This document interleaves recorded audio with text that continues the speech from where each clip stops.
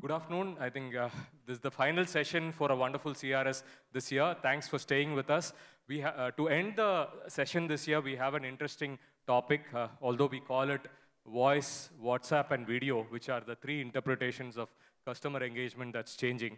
I think what we would like to dwell upon this session is each of the panelists come from a different background, different industry, different combination of businesses, and each of us are using technology and voice, WhatsApp, video in our own ways. So I'll start the session with a short introduction about what each of us do, and then we will speak a little bit about how we use this technology, and then we will have some questions that panelists will answer, and last 10 minutes, I'll open it up for the audience. Are you okay? Yeah, some yes? Thank you. So I'll introduce a bit about myself. I think most of retailers in the room know me. I'm a retailer. That's how I call myself, 22 years in the retail industry. Apart from having startups in the retail space, I founded a online laundry called WhatsApp. And apart from that, I've been working closely in the business transformation of large retailers like Dindikal Talapakati, Junior Kupana. Of course, we are now working with Tulsi Pharmacy and Naturals as well. So come from a diverse background of industries that we work with. And primarily what we do with each of these companies is brand transformation, digital transformation, and private equity. So that's the background we come from. So from each of the businesses that we're working with, we see that we need to have definitely a WhatsApp strategy that's very critical. And there are a lot of exciting tools. We just had Freshworks demo a tool for us. So there are innumerable tools that are available in the market. We need to pick the right tool for us, which is what we're doing. Sometimes the tools that we pick in one industry, like food, is different from what we pick for a salon or a pharma business. So you need to look into the background of that. Video is something that we are very passionate about. I think that's going to be the future. You saw Santosh demonstrating what video can do. Each of these businesses, again, have a video strategy. So that's something that we're working on, which I'll talk about a little bit more. So this is the background of where I come from. I'll now ask Deepak to start, introduce himself, and tell a bit about the business you are in, and also what is the technology customer engagement that you are working on. Over to you. Thanks, Bala. Good evening, everyone. My name is Deepak Praveen. I'm from Green Trends. I'm the CEO for the brand from Kevin K. Before I speak about how do we engage our customers, just give you some perspective about the numbers about the business so you understand what I'm going to say. So we are about 400 salons spread nationally across 50 plus cities across India. And annually we service about 20 lakh plus customers. And 70% is our customer retention base. And 70% is our membership bills. So repeat customers using membership bills. So the numbers are quite huge. And engaging with our clients and understanding them is very important in ensuring a successful and continuous business progress.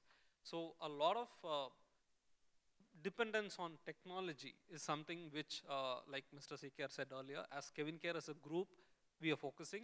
And Green Trends as a salon, Trends and Work as a division has been doing for very, very long. In fact, to that extent that we have invested and developed our own platform, which is well integrated into the billing POS. Now, how do we communicate with our clients? Our CRM, which we have built in, is very, very strong. It has different levels, right from what is the storefront person supposed to speak to a first-time visit customer, what is the store person supposed to speak when a customer is coming back, and of course, non-return clients, how do we handle? So this is the kind of information which we provide to the storefront. And next is the shift in terms of marketing. About a couple of years back, largely we were into BTL. So in fact, that was the single biggest client acquisition initiative which we do.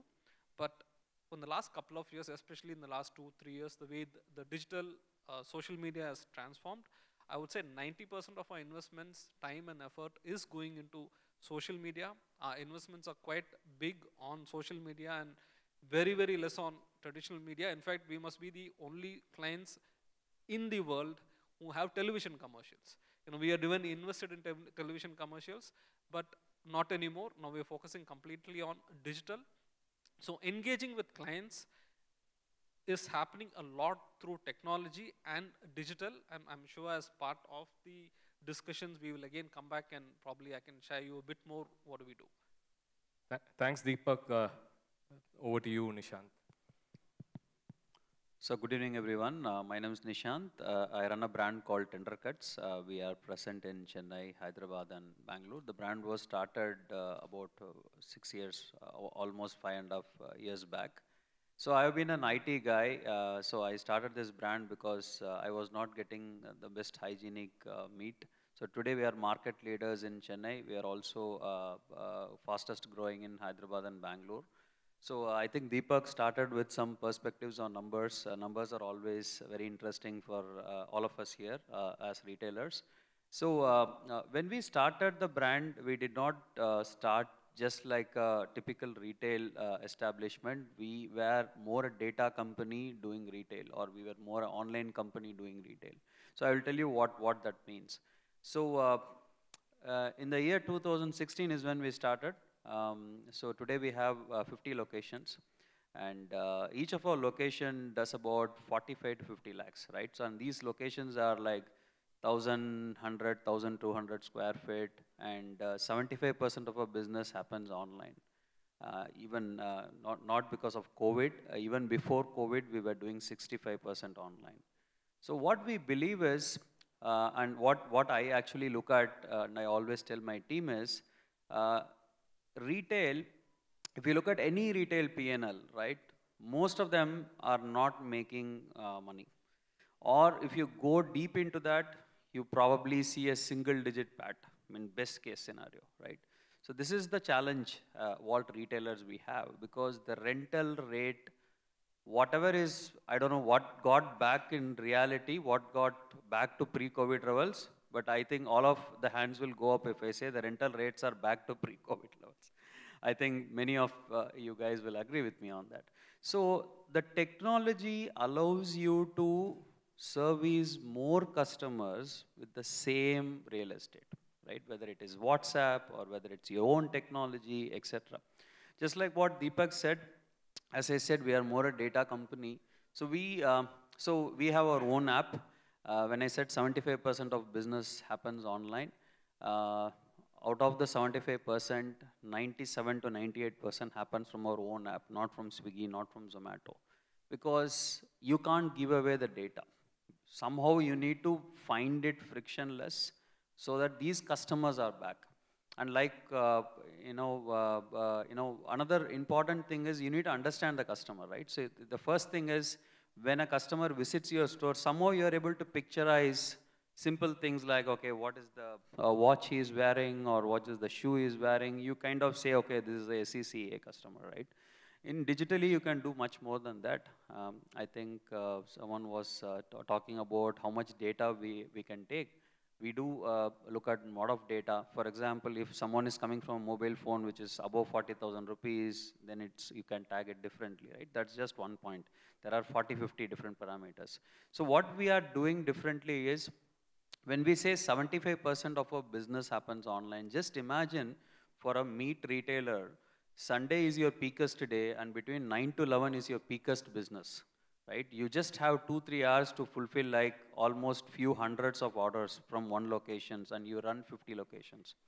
And if you look at today, everything is out in public. You can go and read about our good customers and bad customers. Everything is there out in public. So, but today I must say, we are the highest rated brand, and we do more revenue, gross margin per square feet, even bigger than DMart.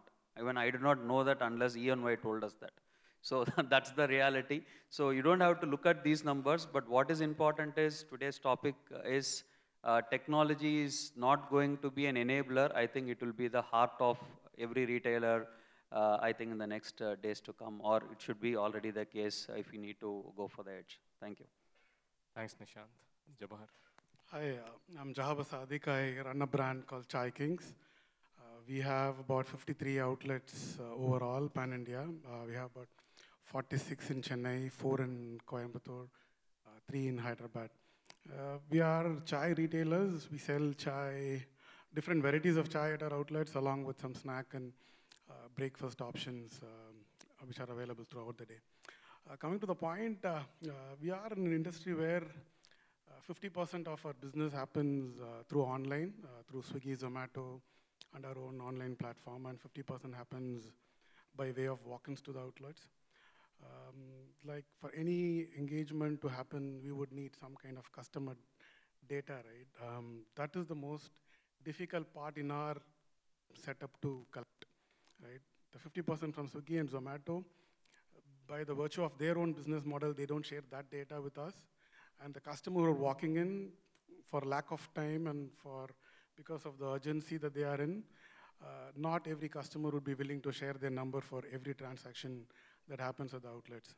But to give you an understanding, we do about 4 lakh transactions a month overall. And to get most of them are repeat customers, and to get the numbers from them or get their details every time a transaction happens is the most cumbersome process for us as well as for the customer. So even before we start engaging, collecting data point from the customer's data is the most difficult part for us. One activity that we do, or one part of the entire process, is do a lot of offline activity, engage with the customer on the digital front by way of contests, offers, discounts, and all of that, collect the data point from the customer. And then all the engagement happens on the WhatsApp format for us, WhatsApp platform for us. Though there are multiple platforms available, I think we wanted to get into the customer in the platform that they spend the most time on. By data, we see 45% of the time a customer uses the phone is on WhatsApp. So we thought WhatsApp is the best format or platform to get to talk to the customer, and that is what we use extensively. That's about it. Thanks, Jabbar. Rachna. Hi, I'm Rachna. We run a store in the name of Kidstock in Madurai. We started as a 2-member team few years back, and today we are 150 members strong. We also are franchisee of EasyBuy in Madurai and Theni. I was hearing all of them out here, and they were like 50% and above of their sales were coming from online. But for us, it has been a 360-degree change in marketing strategy after COVID. We were not having even 1% of the sale because of social media. It was the one-point communication with our customers was our sales team. With the COVID, what we realized, which started as a weekend sale, taking our customers through our store through WhatsApp video call, we had taken a special permission and telling that the newborn item would be considered as an emergency product, and we were given to us permission during the COVID times to open our store. So that's the way we walked into WhatsApp and the social media and the video call sales. Even then, we didn't realize something which just started to reach our customers. Today contributes 15% of our sale. Now, what social media has done to us a few years back when the store was open, just with a desire to make parenthood easy. Today, we have reached the doorsteps of our customers. We are growing with our customers. It is no longer a product sale. It is, as the children in our customers' houses are growing, we educate them, or I can say it's not just about the product, that what are the products required for the motor skills development of the children. We have invested in CRM apps, which tell us the cycle of our customers, what are their likes, what are the things they have missed, what are the important occasions in their life. Yes, as Mr. Ramesh in the morning had said, 20 years we are already into business, and it was not very easy for us to adapt to the change one night.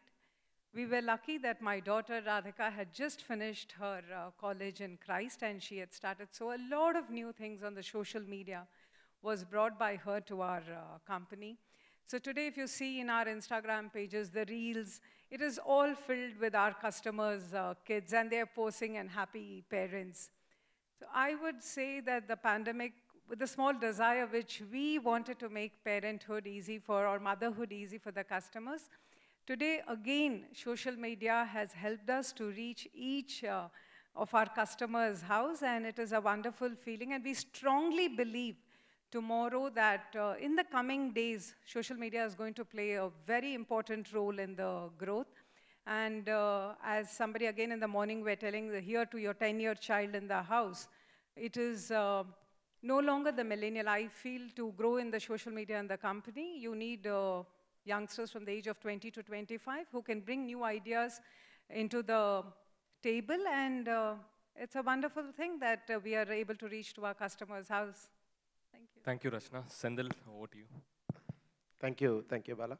So we run the grocery chain, Kovai Palamudur Nilayam. We have across 56 outlets in 8 different cities. So I would like to express a few points here. Starting number 1, I think right from the morning in every panel discussion, every session, we are seeing this intimidation of online takeover, offline or retail or the multi-channel, omni-channel. I think we are all losing a little bit of focus back on our core business, the product, what we give in our outlets, whether it is offline, whether it is online. At the end of the day, we are selling the product, whether it's the Dunzos, Swiggy's or Zomato's. End of day, when I see in this room, what I see nuts and spices, I see basics, I see Tulasi, I see Naidu Hall, I see Tender Cuts, I see brands and people value brands. People want to buy from brands and they trust in the brands. And the brands know their business much better than all these channel creators. If there is Dunzo is a channel creator. Swiggy, it's a channel creator. And people are not going to eat the channel. They are going to eat end of day tomatoes and bananas. And I think you need to focus back on the product and make the product more and more stronger so that the channels are dependent on you rather than you being dependent on the channels. So I think that's point number 1. Having said that, phygital will be the future. Physical plus digital. So there is no digital without the physical, Where are they going to deliver the products from? They need stores. And having said that, this is going to be a big disadvantage for the Amazons and the Flipkarts and the large players, national players, so who are shipping centrally from something, Sangeeta Mobiles, for example, Classic, planning 1,000 stores across, all across India. So when a specific customer wants a specific model, they are in the phygital model. Whether it is Amazon, whether it is SangeetaMobiles.com, customer goes in, he actually orders there. He can get the delivery within 40 minutes, 50 minutes. Will it be possible for Amazon to deliver that in 50 minutes? I doubt it. Very difficult so. And can Amazon provide a demo of the product? Very, very difficult. It's delivered by somebody else who is not knowing the product. Sangeeta Mobiles know the product.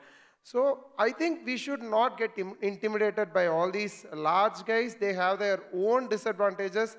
That is their size, and that is they are doing too many things together. We are focused guys, like nuts and spices. They are focused on nuts and spices and condiments and their core segment. We as Palamudur Nilayam are focused on fruits and vegetables and groceries.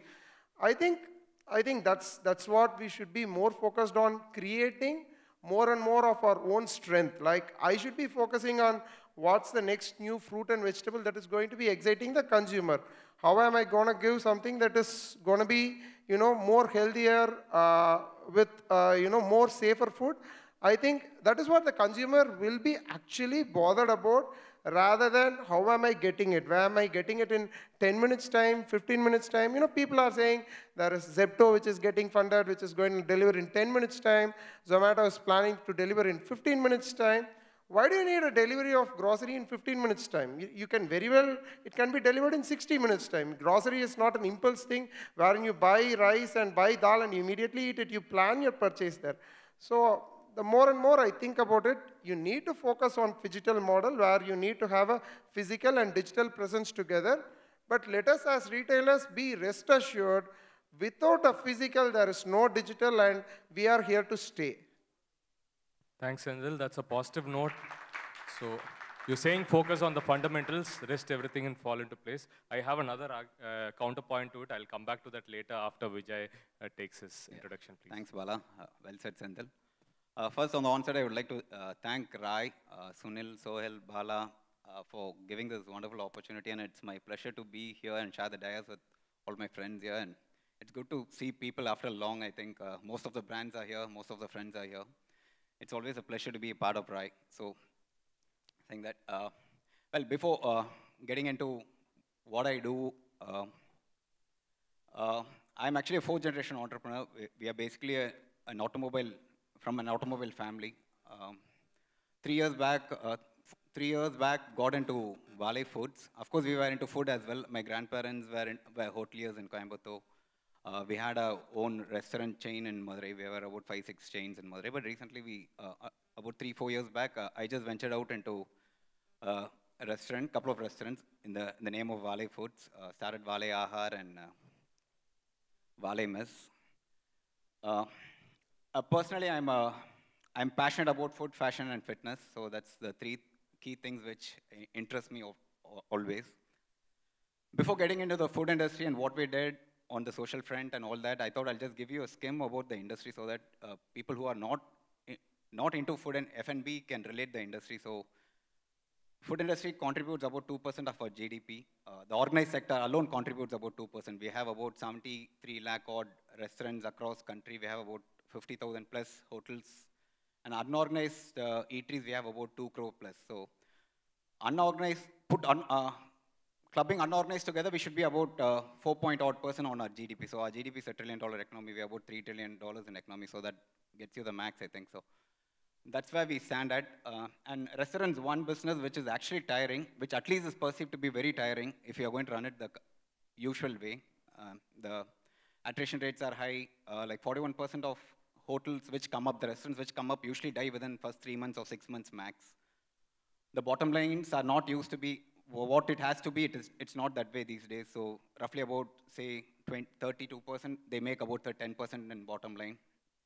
About 28%, they do over 10% in bottom line. Having said that, being in that industry, we had our own challenges during this pandemic because I just started a restaurant, Vale Ahar, and by then, a year down the line, not even a year, we got hit with this pandemic. And with this pandemic, everybody knew like business was shut, like 25% of restaurants were down, 25 lakh people were being kicked out of work across India. We are about 2 crore employees. I mean, restaurant, food industry employees, about 2 crore plus employees across the country. So organized put together. So we had our own challenges. So what we had to do is, the location where we had opened our restaurant, we had an issue. Like there was the COVID pandemic catching up and that entire area was actually locked down. Though we were okay to open a restaurant, but we were not able to do it because in that specific area we had those issues.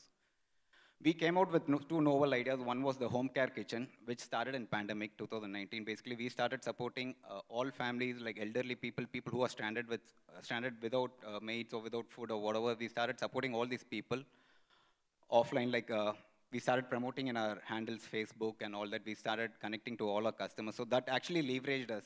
So home care kitchen, we started doing about 300 to 400 deliveries per time. So that happened in 2009. And that actually created a ripple effect in 2020 as well from the home care kitchen unit per se. Then again, we rolled out something called Parampariyam Online. That didn't kick off after pandemic, but it worked in pandemic times. That what we did was something, you can have a Zoom wedding, Zoom parties, everything, but the food gets delivered at your place at the time which you want specified. Like the entire clan, if you had invited 20 people for the Zoom meeting, entire 20 people gets their food delivered between say 1 and 1:30. So they can keep having their cake and probably have a Zoom chat of birthday parties.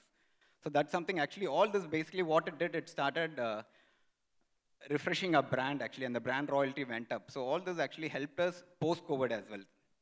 And also we started getting into WhatsApp catalog. I'm not sure how many people are into WhatsApp catalog. That actually really helped us in scaling our business. We started posting all our fast-moving items in the WhatsApp catalog, and business through WhatsApp actually for us really kicked up. Facebook and WhatsApp, like most of the business, Swiggy, Zomato just funnels us the new customers for us. Our Swiggy, so Zomato turnover is about 3% on our revenue. So the rest comes from our WhatsApp, our clientele, through all the social media handles. In fact, post-COVID, the marketing dynamics have completely changed. So even getting into office, I've actually have a different outlook to it.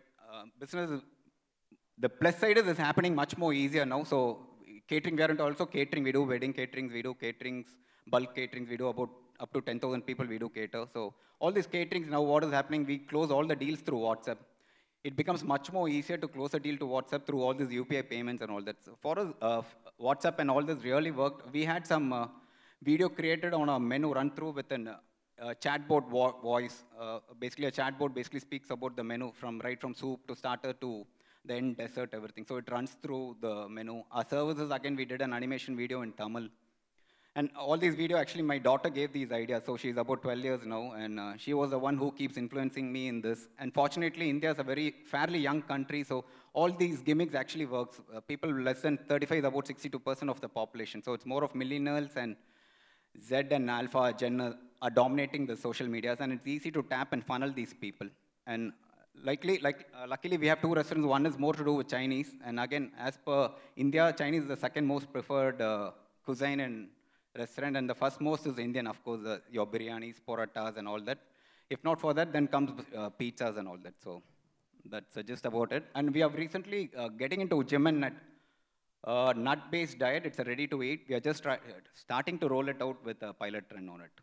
Thanks, Vijay. I think panelists spoke briefly about how they're using WhatsApp, how they're using social media and video, especially Rachna gave a light into it. I think let's get a perspective, right? Offline or online is not a fight. The whole consumer journey is split into three primary segments. One is discovery. You go discover what you want to buy. You want to buy a white shirt, you can go to a store, discover it, or go online. So there's primary, offline, online. Then there's a fulfillment, which also you can do offline, online.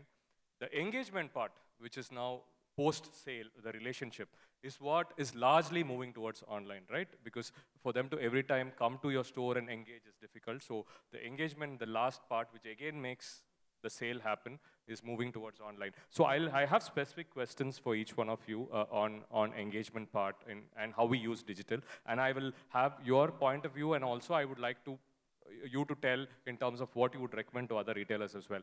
Coming to Deepak first. Deepak, you're a retail brand under a consumer conglomerate, which is Kevin Care, right? With Green Trends, you're kind of driving digitization. And what are the new things that are doing? What are the few things that you're doing which are making a difference? What are the kind of budgets you have committed? And for a retailer who's, let's say, we'll typically talk about a size of 25 crore, 30 crore retailer, how much of his budget you think should go towards digital, online, voice, video, WhatsApp, and all this? So I'd like you to speak about budgets for us on digitization.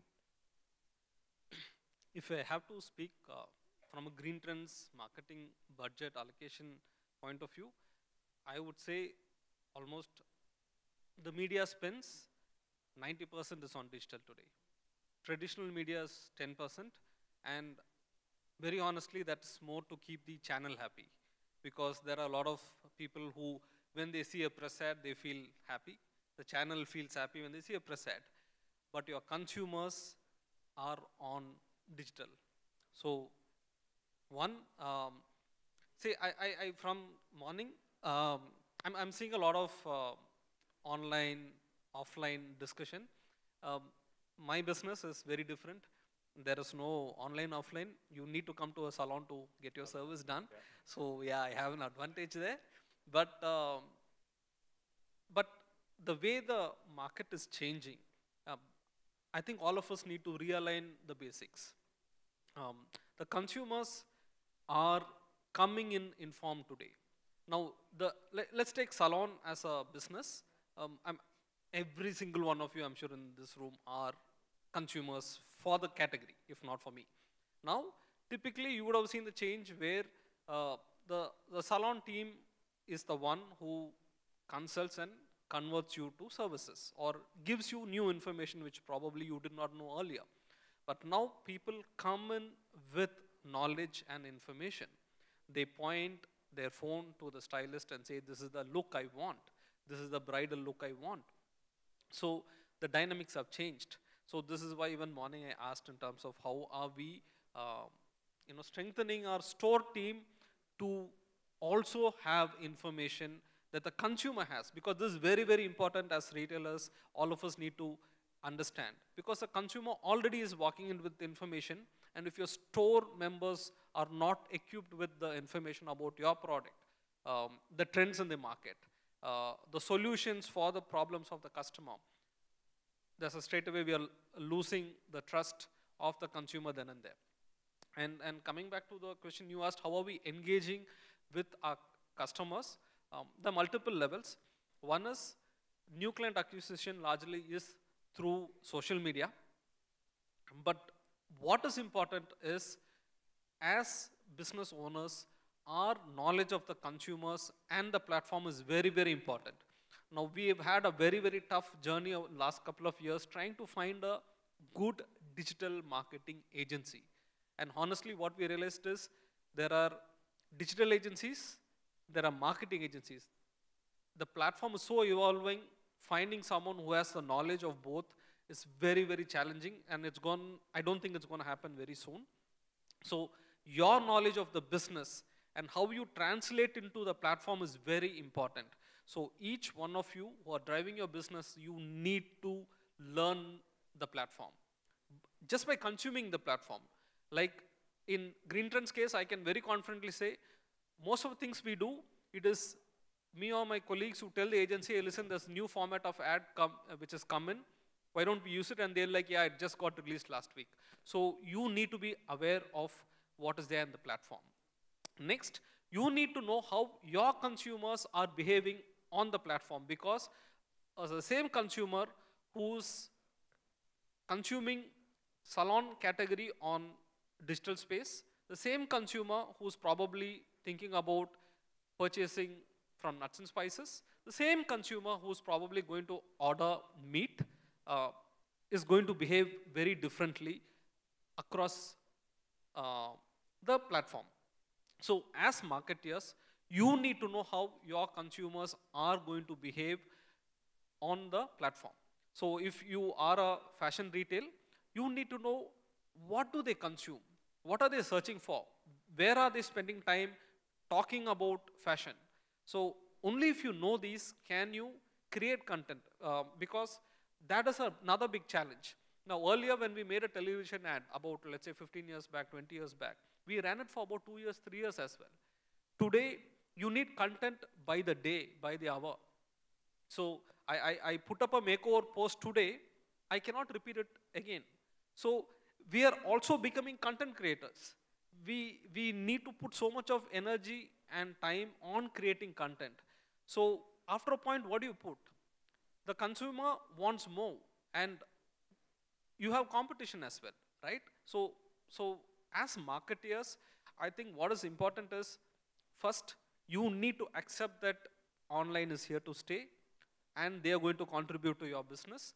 And getting in consumers and engaging with consumers is going to happen on the digital platform, either through your own in-house platforms or the marketplace. Next, my advice to all of you is, please spend time on the platform. Do not be dependent on any agency. Yes, you will eventually use them for execution, but it's not like a consultant, they come, they tell something and it happens. You need to know how your consumers behave on the platform. And finally, in terms of budgets, at least from my brand, I can say, like I said, 90% of our media budgets are on digital. Our BTL budgets have come drastically low. We still do that because there are still opportunities. It's not like complete zero. A newspaper insert still has some value, but it is reduced largely. And finally, in terms of the platform, it's evolving. So I don't think for the next couple of years we can sit back and say, yeah, this is the platform. It is evolving. I hope I answered all. Thank you. So 90% of his spend is on digital and online, and have ways to track that, Deepak? You think that's efficient? We've reached a spot where we can track digital? Some platforms do. So what we have done is, we have updated our platform as well. We get in data from our lead generation sources and we link it to billing. So we see how many of our leads generated are translating into walk-ins as well. So it is possible. A hell of a lot of work needs to happen for that. So we are trying to probably now look beyond our own POS and look at some external help as well. But it is possible. In fact, earlier when you put a press ad, you're comfortable, okay, so many people are going to see and they're going to come, but you really don't know how many of them come. Now digital actually gives you that knowledge. It also gives tension because everything is measurable. So then you're worried what's happening. It's 1 week into the campaign and your leads are so low. So, but it is measurable. So answering your question, it is measurable and we measure it by appointments. So how many of the leads are getting converted into appointments? Thanks, Deepak. I think I'll move to Nishant. Nishant, you are in a very unique position. You told us that 75% of your sales is from online, and you started online first, right? And then came into retail. Now you have 50 plus stores, and you are the leading meat brand in South India, or if I'm not wrong. And my question to you is, how has online complemented offline? What have you learned in online which you've used in offline? And how has offline helped your online business? You are probably one of the very few retailers who can tell that, and they're talking about B2C now, but I think you did an online first brand way 5 years back. So we would like to hear from you on thoughts on Tendercuts, how it was built. So I primarily, some of the, facts I do agree with the co-panelist, especially, both of them, both him and Sendil. See, one thing is, let's take a step back and look at what is that we need to do as a consumer. Any retailer is technically a D2C, according to me. Whether you are direct to customer or retail to customer, I think every retailer sitting in this room has been the closest one to the customer. So I think these are the 4 pillars we need to look at: acquisition, activation, engagement, and virality. So this is the 4 pillars I would look at for the current scheme of things. Now, what is this whole 4 things, right? Like what Deepak said also, see, how do you acquire a customer? So where do you discover these customers? Where are these customers? That's the first and foremost important thing. It's not know your customer, know your prospects. It's like if you want to go fishing, you need to know where a particular fish is available. So it's very simple way to look at it. And second is, you can sell someone painkillers or you can sell someone vitamins. Selling painkillers are easy. So your communication has to be bang on. It cannot, today we are living in, like, now TikTok is not there, whatever that equivalent is. We are living in an extremely short amount of time, right? For example, the attention span is only getting shorter and shorter and shorter, with Instagram restricting it to 10-second videos and Facebook restricting it to some other videos. So your attention span. So even in this room, I'm pretty sure that at least 25% of them are looking at the phone and looking at something else in the phone and also paying attention to the speech. So this is the attention span we are talking about, right? Now, how come your customers coming to the store and they exactly know what is going to happen? For example, when someone comes to our store, they exactly know the meat is going to be cut. There is no unique things you can do, right? And so you need to get slightly deeper into that. Now, how do you engage them?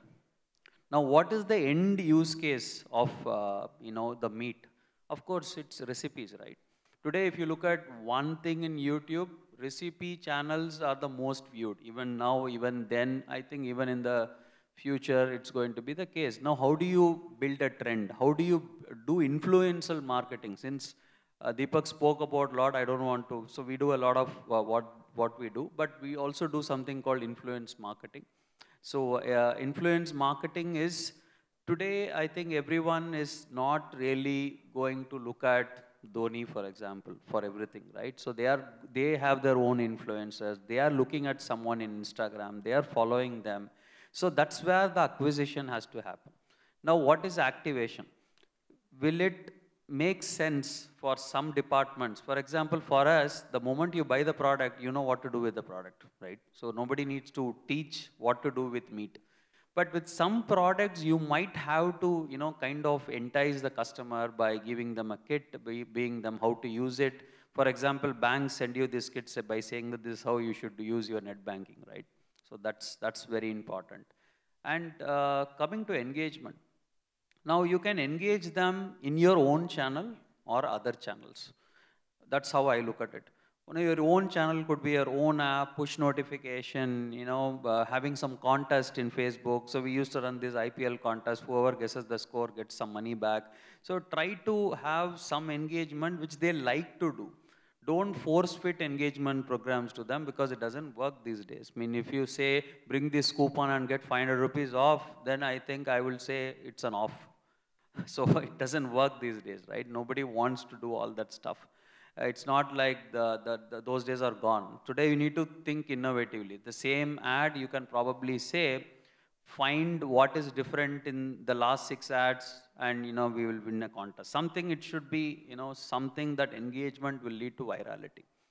Today, our customer acquisition cost is very, very important that everyone sitting here should track because there is a cost of acquiring a customer.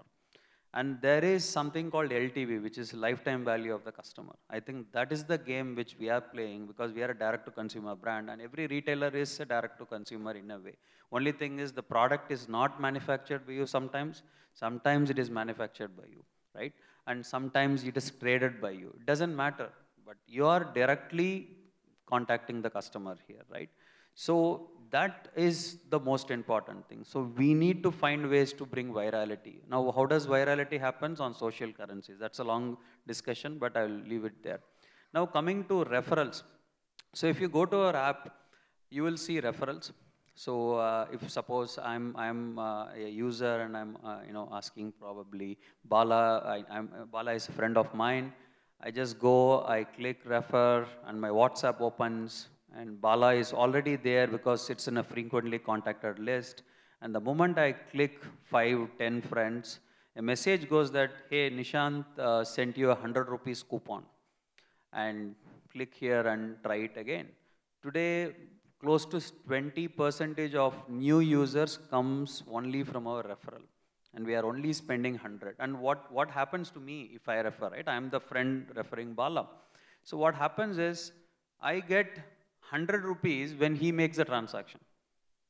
And there are some, and we also have a leaderboard which we track internally, which is going to go live to customers. There are some customers who have earned close to 300,000, 3 lakhs to 4 lakh rupees by just that, right? So, as I told you, we need to always find ways to do it.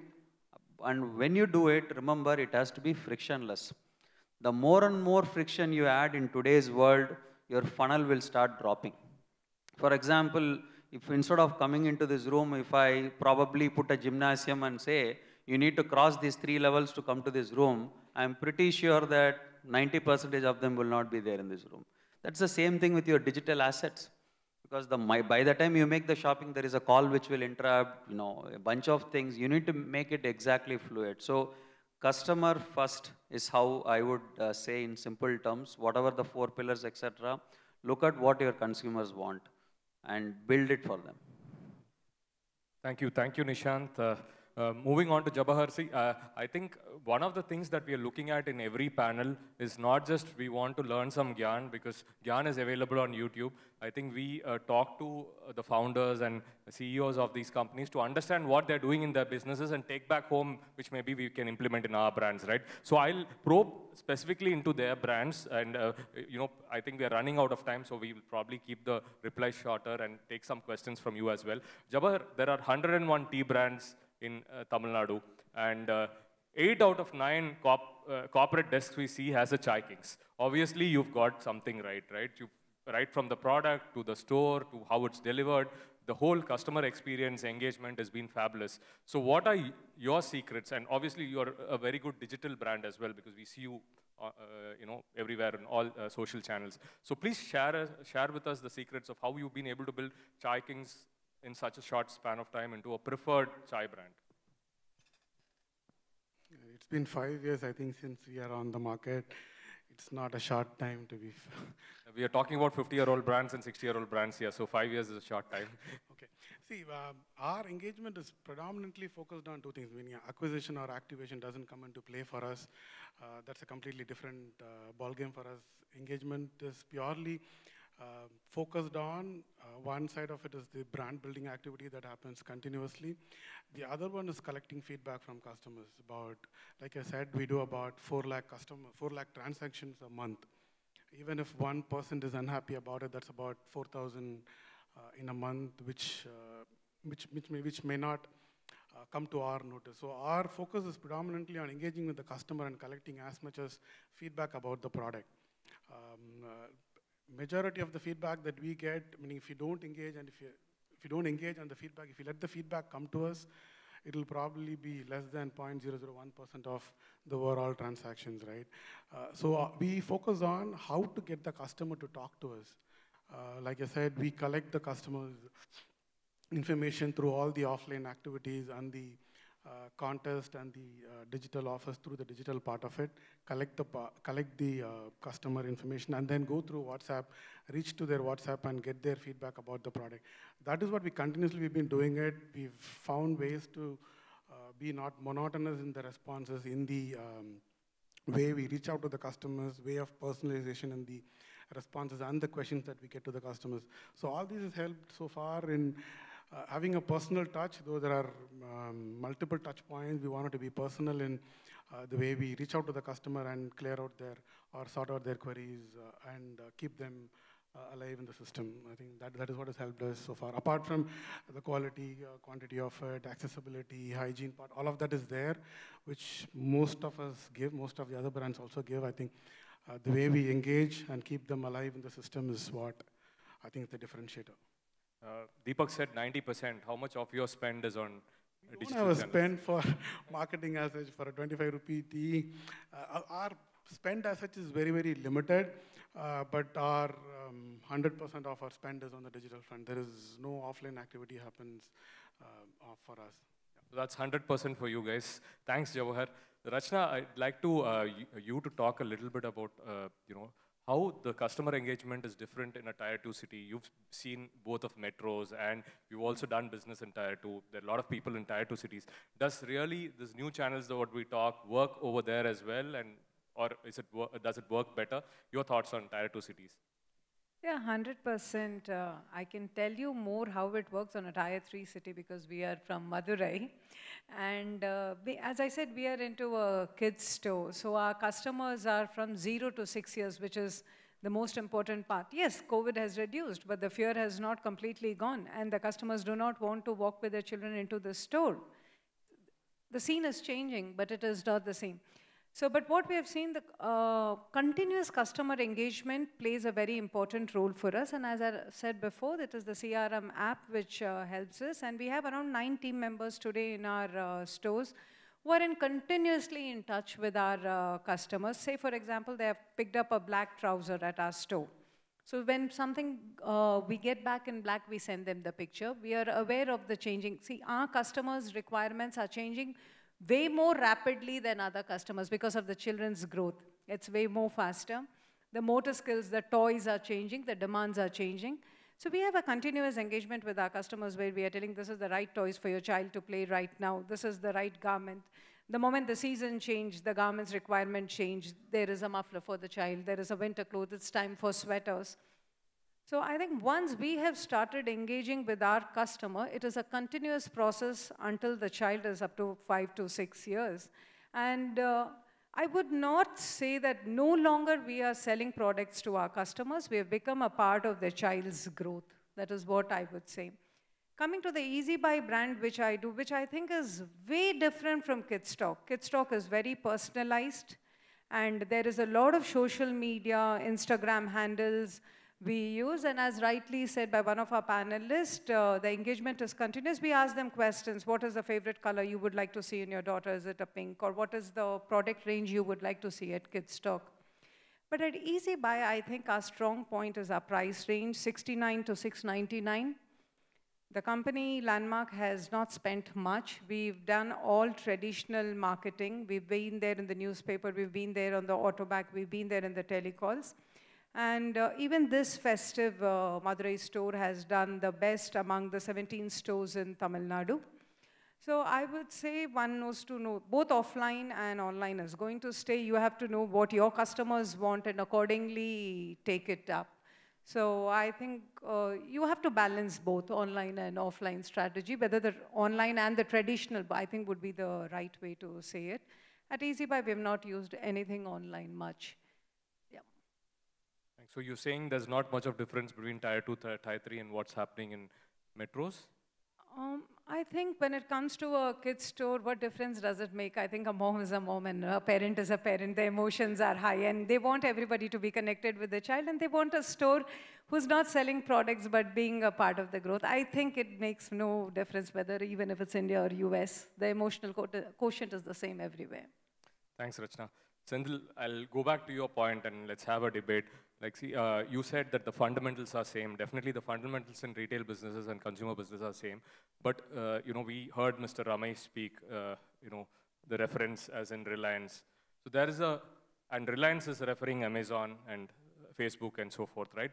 There's a huge who moved my cheese movement happening out here, right? You are a very, very successful brick and mortar retailer. What's your thoughts that this is what I should do the next 3-4 years to not slack back, right? To be at the top of our game. Although I am a leader in the space, the grocery space, definitely you are the leader. Now, in terms of digital, online, what are your thoughts? What's your vision? What would you like to dream as a vision for KPN in the next 3 years? Primarily, I think we should hold strong what is our strong point. That is, we are strong, good retailers. So we should make retail a much more pleasurable experience for the consumers, a very special experience, like morning how Indian Terrain CEO, he was saying it. So I feel as retailers, we are obliged to give consumers the best of the best in terms of experience in store, a wow experience. So that is something I'm very, very committed to do. I'm thinking, how do I improve my next set of stores where consumers get a wow experience? That is number one. Number two, I think, very importantly, I think, again, one thing we are all losing focus is we think, you know, we should give a lot of importance to consumers, what they think. I don't deny it. Yes, we need to. But we should also think, you know, whether the consumer is really knowing what he wants, or is it just a perception, you know, this is what he thinks he wants, but this is what actually he wants, you know. There's a difference. You set him outside of a retail store, say a textile, a garment store, and ask him what exactly he needs, what color he needs and all that. Make a note of it and let him inside the store and let him choose the garment. He might choose a completely different one. So, you know, giving too much importance of what he thinks, I don't think all these fashion retailers, Louis Vuitton, Gucci, and all these guys are actually letting the consumers design the fashion. They design the fashion, they make the consumers aspire for that. I think that is what, as retailers, we should be doing is, we should be thinking ahead of the consumers in terms of what actually they need. In terms of data mining, you know, we used to be a retailer who used to retail 4,000, 5,000 products in our stores. Now we are thinking we need to do only 3,000 products. There is something called Pareto's principle, wherein we know that, you know, 80% of consumer needs comes from 20% of the products. So what are the 20% products and how it is changing from region to region? All these can be mined through data, and we can present to the consumer saying that actually in this region, this is what actually the consumers want, versus what they think they want. I think we should be little staying ahead of the consumers in terms of mining the data, in terms of understanding what they actually want versus what they actually think they want. So that is point number 2. So point number 3, nobody can deny that this phygital model is here to stay. There will be physical, there will be digital. In fact, right now we spend 0 on digital, so we have not been spending anything. And we have spent almost 0 on physical also. We've been relying more on the word of mouth. Our nature of business is such. But I don't say that we'll be proceeding ahead like that. We need to be spending some money on digital, and we are thinking about growing our own digital model also. But having said that, not losing focus on the core business of delivering fantastic products. You know, I think that is where the focus should be. Number 4, more importantly, we are thinking more and more on our core business area, that is fruits and vegetables and groceries, on what is the differentiation we can make there? You know, how do we give more safe food, whether we get into hydroponics, whether we import from certain regions, whether we grow certain products through some collaborations wherein it makes a complete difference in consumers. You know, consumers may not be aware that these products are available, these fruits are available. There is persimmons, there is a lot of different berries which consumers still have not gotten here. So consumers are aspiring to buy better.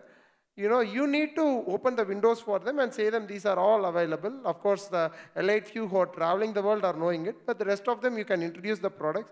So I feel the more and more the years to come, I think if we get very, very strong with our core area, I think that will ensure that we stay in the business. Thanks, Sendil. I think very profound thoughts. I think getting the basics right and thinking ahead for the customers is the core of what Sendil said.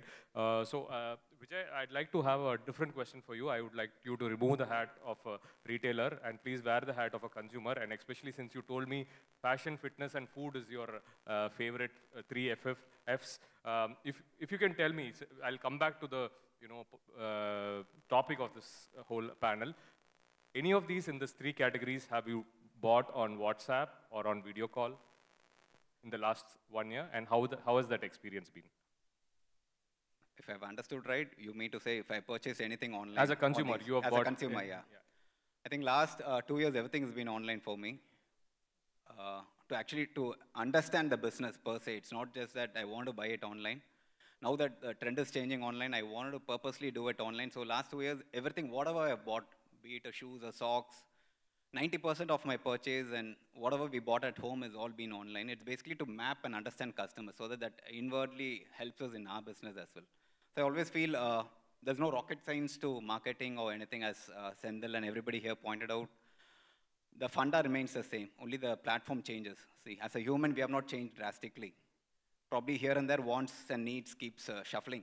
If not, the rest, fundamentals stick on to whatever it is. So people have to remember that when they actually project themselves in marketing, and what they also have to insist is whatever they have projected, when they reverse integrate, they have to show that in action as well.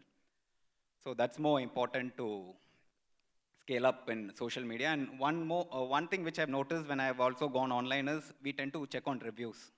People miss out on reviews. There's so many companies which actually have lovely products, but their reviews are pathetic. Might be we can also interpret it in a different way. What I've realized is some lovely products, they have bad reviews, but they only have very few bad reviews. So that says they have actually, unhappy customers are very few. The happy customers have not bothered to review. So that's another interpretation, but people have to work on your reviews as well. So you have to think of ways and mediums to project it. And this fad is going to be there for a while. It's not that the organic scale is going to die off. This fad kind of an online transition is going to happen. Yeah, agreed, like restaurants have an issue with cloud kitchens and all that, which is actually eating off our profit and all that in this rising trend. All said and done, we have to hold to our crust, our traditions, the basics of business, the ethics. What you give to customers is the trust, the awareness of your brand, the perception, the reputation of the brand, what you have, that helps you to stand for long. Than getting carried away by a few companies which actually cripple the curve. It's more of a fad, like 10 years, they play on valuations. Fortunately, some gets to the peaks, some they miss out. But the traditional business shouldn't get carried away. There should be a pakka bridge between those two so that you play it right between online and offline. Thanks, Vijay. We've run out of time, but we'll take 2 questions from the audience. There's also one question that's come in for Nishant. Nishant, what's the data that you track, when you're tech-heavy and a data-driven company? For retailers, if you can leave a thought behind, what is the data that you track? Okay, so first of all, we give 4 options to customers. One is between deliveries, they can do 2 deliveries. One is scheduled delivery, another one is on-demand delivery. Now, why scheduled delivery is, we have seen a trend where many customers want the product between Sunday, for example, 7 to 9 or 9 to 11. But they don't want to even wake up and get into that and ensure that, see, we are in a perishable inventory business. Availability is a huge problem for the customer. We are trying to solve it, but always, it's a perishable commodity. It's almost like zero inventory. So the schedule gives the comfort that the product will reach there, right? The second is on-demand delivery. Now the third is going to the retail store and then buying it just like the traditional way. Now the fourth is we have a store pickup. So this was especially useful during COVID when everyone said contactless delivery, we said contactless retail.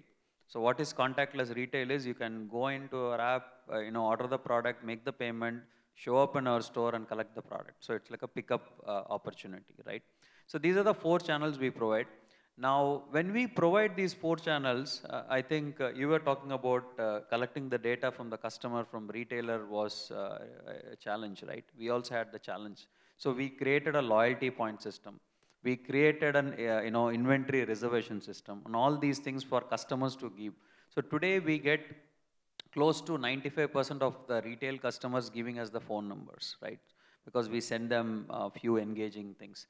With online customers, since it's our own app, we track much more. Predominantly, I think only 3 things you need to track, right? Everybody will have different things. We track it in these 3 things. One it is to do with the monetary kind of things. For example, the value of the phone they use, etc. The location they stay. For example, Adyar is different in Chennai compared to some other location, right? There is a real estate difference. So your customers are coming from there. So this is all monetary thing. Then recency. Recency is about the frequency of the use, what kind of apps they use, and so on and so forth. We use different data analytics companies to do. We work with some of the agencies to do a lot of retargeting. I think you were talking about that. So we also took close to 2 years to fix that. It's a long battle. Yeah. So the last part is frequency. Frequency is your own data. Your own data means whether he or she likes fish or chicken or mutton, what days they buy, what time they buy, when should I send a reminder, right? See, today, even advertisement is interactive, right? When you show an ad in Facebook, someone can comment it. The more the comment, the algorithm understands and reduces your cost. Now, how do I build an interactive ad? So that means if more users think about fish on a particular day, should I put a fish ad, not something else, right? Because that mood is different. So this is how we use the data. And data is the most important thing. And these are the 3 pillars, like recency, frequency, and monetization value. Thanks. So there's also a question from Bobby. Bobby, you'd like to ask the question? Check.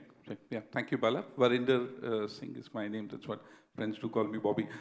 My question would probably go starting off from Deepak. When you said that the customers walk into your store more informed. They have the information on the mobile and say, this is the service that I want. Then I heard Sendil saying that நான் என்ன கொடுக்க விரும்புகிறேனோ அதுதான் அவங்க வாங்கிட்டு போகணும் kind of a thought, right? Customers may be thinking that they are informed, but they're not. Now, this is something that I would, as almost layman resellers, retailers that we got, the basics is we tell our team to upsell. That's what we generally say, right?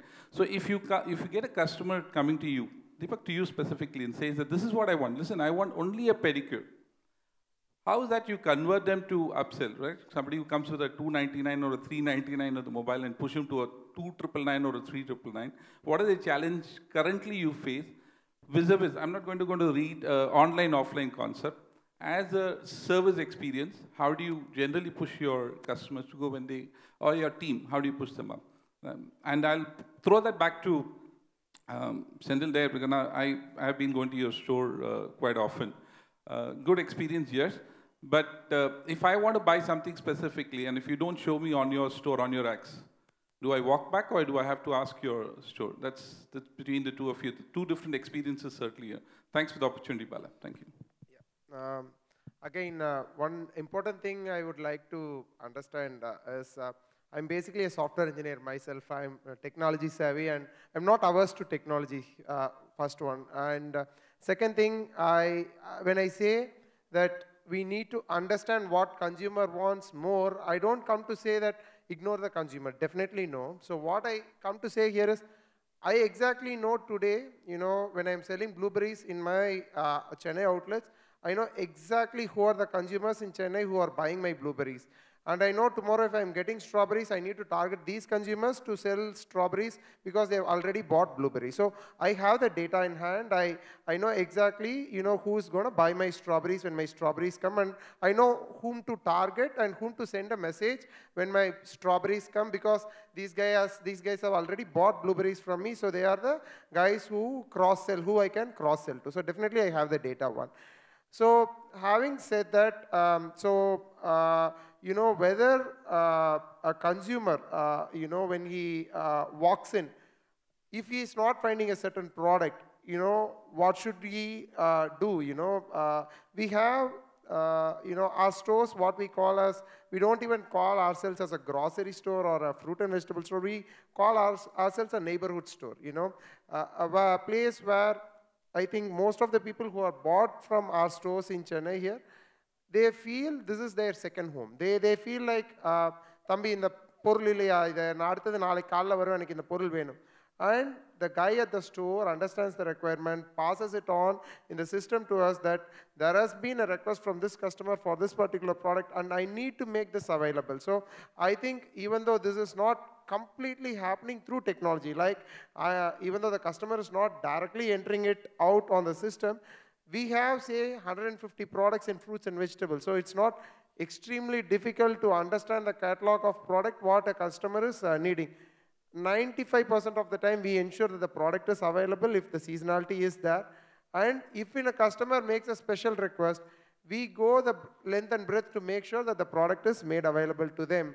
So that's the thing, if it answers your question, yeah. Deepak, you want to? Before I answer the question asked to me, I would like to just talk about, I'd just take a minute on the importance of data. 20 years back, probably when I started my career, honestly, to know what the customer wants, who is buying, was the most difficult task as a marketer. You had no clue, or you had to do extensive market research, travel across the country, and it used to be complex. Whereas as a marketer today, for me, this is the most exciting time. The amount of information available is tremendous, and there's so much you can do.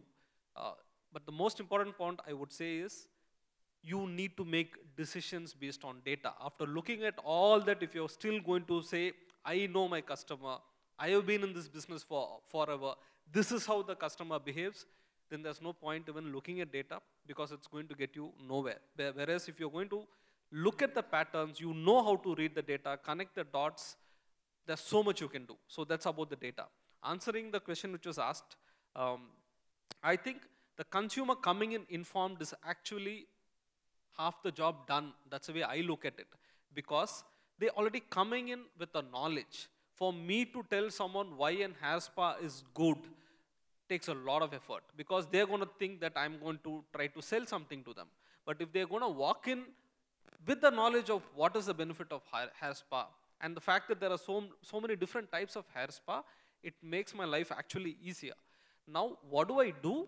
Now, there are two types of conversions I can do. I can upsell, I can cross-sell. So someone, the example you gave, someone comes in asking for a pedicure, I can look at upselling, saying that, listen, the pedicure you've asked for gives you only this benefit, whereas you actually need this. This is your problem.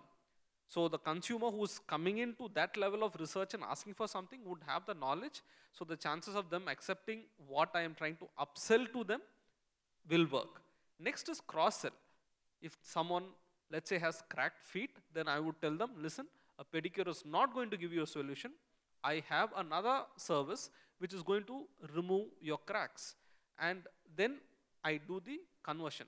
So even if the customer is going to walk in with information, even if the customer is going to come in with a specific requirement, it is pretty much easy to convert them if your store personnel is equipped with knowledge. So that's why I also mentioned at the start, as much as all we are talking about as business managers, equipping your store people with knowledge is very important, because a customer today is as knowledgeable.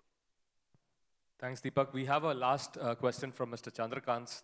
Chandrakant, you can go ahead with your question.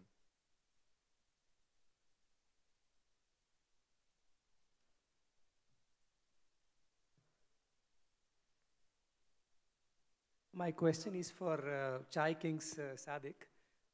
Green trends, tender cuts, KPN, generally customers spend more money compared to Chai Kings bill. The tea bill will be less compared to KPN bill or tender cuts bill or green trends bill. And Sadik also was saying that 50% of the consumers is from Swiggy or Zomato. So will the regular customer give a phone number for the tea he is going to consume? I mean, what strategy you are having to get those numbers? That's my question to Sadik.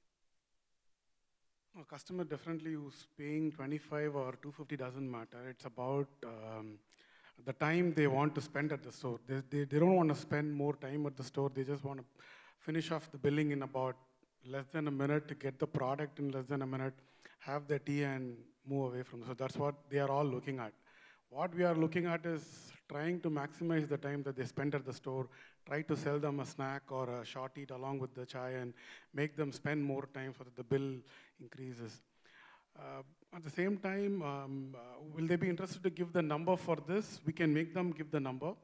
There's another point. Any customer who walks into a store is like, they at least walk in twice a day, morning and an evening, and they come repeatedly, right? So after a point of time, once or twice, they come in. The third day, they'll come and ask,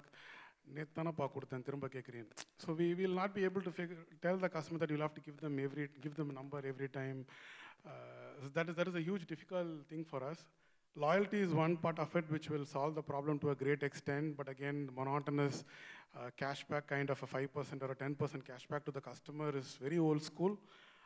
We don't want to do that. We are working on something slightly different, which will be exciting for the customer, which will not burn our pockets as well.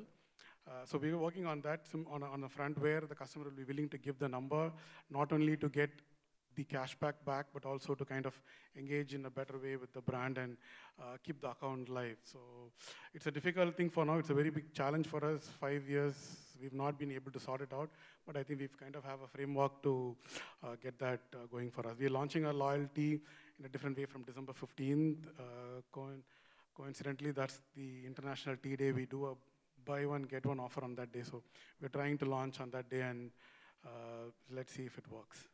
Thank you, Jawahar. And on behalf of Rai and all the guests who have come in here, thanks a lot for the panelists, and a huge round of applause for them for having shared their experience and their thoughts.